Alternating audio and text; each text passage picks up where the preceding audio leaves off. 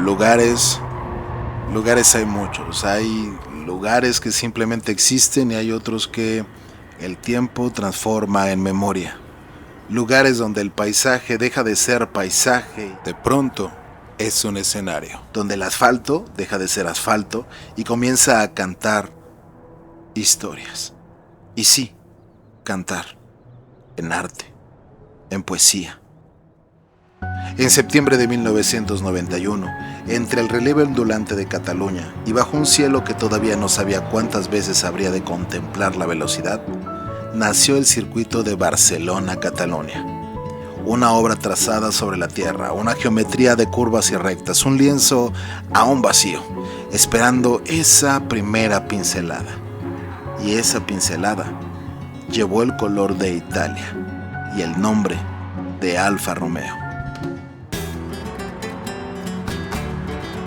Este Giulia Esprit GT no fue aquella máquina, pero representa la casa que escribió el primer capítulo competitivo de este escenario, porque la primera carrera oficial disputada sobre este asfalto tuvo como vencedora a un Alfa Romeo, y así comenzaba la historia, no con estruendo, no con solemnidad, sino con algo mucho más sencillo: una máquina, una pista y ese instante exacto en que ambas se encuentran.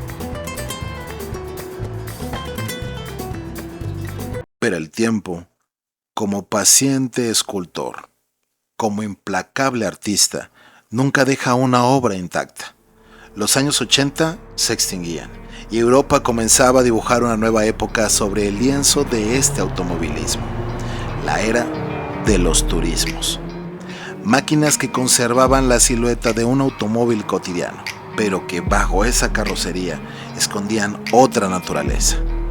El BMW M3 Sport Evolution, una criatura nacida en la frontera entre la carretera y la competición, precisa, tensa, violenta cuando era necesario. La ingeniería convertida en movimiento, el acero convertido en trayectoria y la velocidad convertida en una forma de lenguaje. Porque aquellos automóviles no se limitaban a recorrer una pista, la interpretaban. Cada curva era una pregunta, cada frenada una respuesta. Y Barcelona comenzaba a convertirse en uno de los grandes lienzos donde aquella nueva escuela europea escribía su propia caligrafía. Y entonces llegó 1991, el año del nacimiento, la eclosión, el año de la inauguración, el momento en que aquella obra todavía inconclusa abrió sus puertas al mundo. La Fórmula 1 llegó a Barcelona y con ella el circuito adquirió otra dimensión. Dejó de ser solamente una pista, se convirtió en un punto de encuentro, en una coordenada dentro de la cartografía universal de la velocidad. Los grandes nombres comenzaron a desfilar y entre ellos uno que parecía haber nacido para vivir dentro de las páginas de la historia: Ferrari. Este Testarossa no es un Fórmula 1, pero pertenece a esa misma época, aquella Italia de formas voluptuosas y aristas afiladas, aquel tiempo en que un automóvil podía parecer una escultura y comportarse como una tormenta. Ferrari representa aquí una tradición que trasciende las carreras, una herencia construida durante generaciones, un nombre que, cuando aparece en la historia del automovilismo, nunca lo hace como un simple espectador. Y desde aquel momento, Barcelona comenzó a escribir sus propios capítulos dentro de la gran literatura de la Fórmula 1. Pero mientras los monoplazas ocupaban las portadas, en otro rincón de la historia, los turismos continuaban su propia evolución.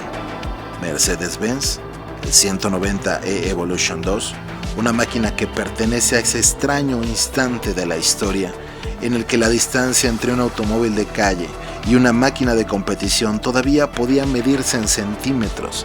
Bajo sus líneas había disciplina, había precisión, había una obsesión casi arquitectónica por encontrar el equilibrio perfecto entre fuerza y control. Y junto a BMW, Mercedes representaba otra de las grandes corrientes de la ingeniería europea. Dos escuelas, dos filosofías, dos maneras de entender el automóvil y una misma pista en la que ambas se podían encontrar. porque Barcelona no pertenece a una sola marca ni a una sola categoría, pertenece a todas las historias que han dejado una huella sobre su asfalto. Y entonces, como ocurre con las grandes historias, el pasado regresó, pero no regresó idéntico, regresó transformado. Alfa Romeo, la misma casa que había escrito el primer capítulo, ahora aparecía con un rostro diferente. El tiempo había pasado, la ingeniería había avanzado y los turismos habían dejado atrás su antigua apariencia. El Alfa Romeo 155 V6 Ti, más sofisticado, más radical, más cercano a una máquina concebida para desafiar los límites de la física. 1967. 1993. Dos automóviles, dos épocas, dos interpretaciones de una misma pasión. El Giulia representa la raíz, el 155 la metamorfosis, y entre ambos hay 26 años de evolución, porque la historia del automóvil no es una línea recta, es una espiral. Regresa sobre sus propios pasos, pero cada vez desde una altura diferente. Y mientras, el tiempo continuo en su inexorable marcha, el circuito también se iba transformando. Nuevas categorías, nuevos reglamentos, nuevas tecnologías. La Fórmula 1 seguía escribiendo sus páginas, pero otras disciplinas comenzaron a ocupar también su espacio en este gran escenario. Turismo, gran turismo, resistencia y una nueva generación de máquina, los GT3. Automóviles nacidos de la producción pero refinados por la competición. El Nissan GT-R Nismo GT3 aquí comienza en otra era. Una era donde la velocidad ya no se mide únicamente con caballos de potencia, se mide en milésimas, en temperatura, en estrategia, en precisión, en la capacidad de encontrar ese diminuto instante en el que todo funciona, el momento exacto en el que el neumático se aferra al asfalto, el motor entregó toda su fuerza y el piloto decide no levantar. Porque Barcelona tiene esa particularidad. A primera vista, una pista sencilla, pero cuando comienzas a exigirle descubres que es un diálogo y la pista siempre tiene la última palabra. Pero toda obra, por perfecta que parezca, está destinada a continuar. El lienzo permanece abierto y la siguiente pincelada todavía no ha sido trazada. Nuevas tecnologías, nuevas formas de propulsión, nuevas maneras de comprender la velocidad. Este Audi e-tron Vision Gran Turismo no representa un capítulo escrito en la historia competitiva de Barcelona, representa la página que todavía permanece en blanco. Porque quizá el futuro llegue en silencio, quizá los motores cambien, quizá la energía que impulsa estas máquinas sea distinta y quizá, algún día, los automóviles que recorran estas curvas sean irreconocibles para quienes conocieron los primeros años del circuito. Pero mientras exista una pista, mientras exista un cronómetro, mientras alguien mire hacia la primera curva y piense, hoy voy a ir más rápido, la historia continuará. Desde aquel primer Alfa Romeo hasta las máquinas que todavía hoy no existen, desde la elegancia de los clásicos hasta la precisión de la ingeniería moderna, desde el rugido de los motores hasta el silencio de lo que está por venir, más de 3 décadas han quedado suspendidas sobre este asfalto, como capas de pintura sobre una misma obra de arte. La velocidad nunca deja de buscar su propia forma de belleza. El circuito de Barcelona, Cataluña. Un lienzo para la velocidad.